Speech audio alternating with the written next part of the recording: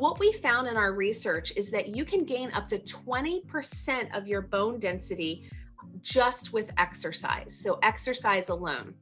There's studies that show that your T-score, which is one of your scores when you have a DEXA scan, is that the neck of the femur is significantly increased with a combination, or the bone density in that area significantly increased with the combination of weight-bearing and non-weight-bearing exercise programs, which really helps support that exercise improves bone density after menopause.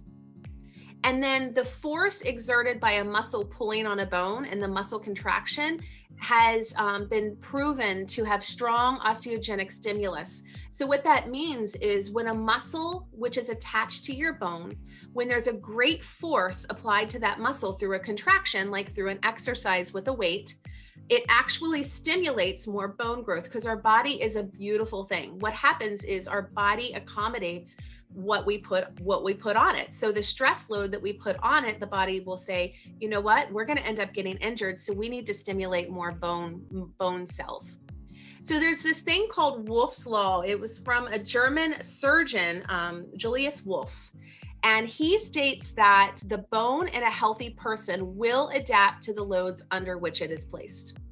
So the bone will develop dependent on the stress and strain it undergoes. So the heavier weights you use and the more gravity assisted or against gravity exercises will actually stimulate that bone growth in those areas. Now, the studies do show that it doesn't help overall bone density. So it's really important, especially in our class, we work specifically with spine, wrist, and hips, because that's the most commonly fractured areas. So we want to make sure we're getting the right amount of force on those areas to stimulate that, that bone growth. Now, walking is great for bone health. And I have seen a few studies that show that walking is great. I don't ever want to say walking is not good. It's just not proven to have as much bone density growth as some of the other exercises. So if you had to choose between one of these three, I would go with the walking. But what you need to do is increase the intensity, maybe walk a little faster. Make sure you're changing the terrain that you're walking on. And this goes back even to physical therapy. If you walk on the same terrain, sometimes your body can get injuries from doing that repeatedly over and over. Increase the timing that you're walking. So we're increasing time, we're increasing the duration, and incorporate some hills. Now, I don't know about California, but I know in New York, there's not a whole lot of hills where we're from. So, so you really got to find the right places. But swimming is not a weight-bearing activity. So studies show that it's great for your cardiovascular health. So if swimming is something you're passionate about, we never want you to go against what you're passionate about, because the more passion you have, the more you're going to do it. But you're going to want to make sure you're adding some weight bearing into that. And also my favorite is biking. Unfortunately, again, biking is not a weight bearing activity. Great for cardiovascular, which is really good for your heart and for your lungs, but just not great for stimulating bone growth.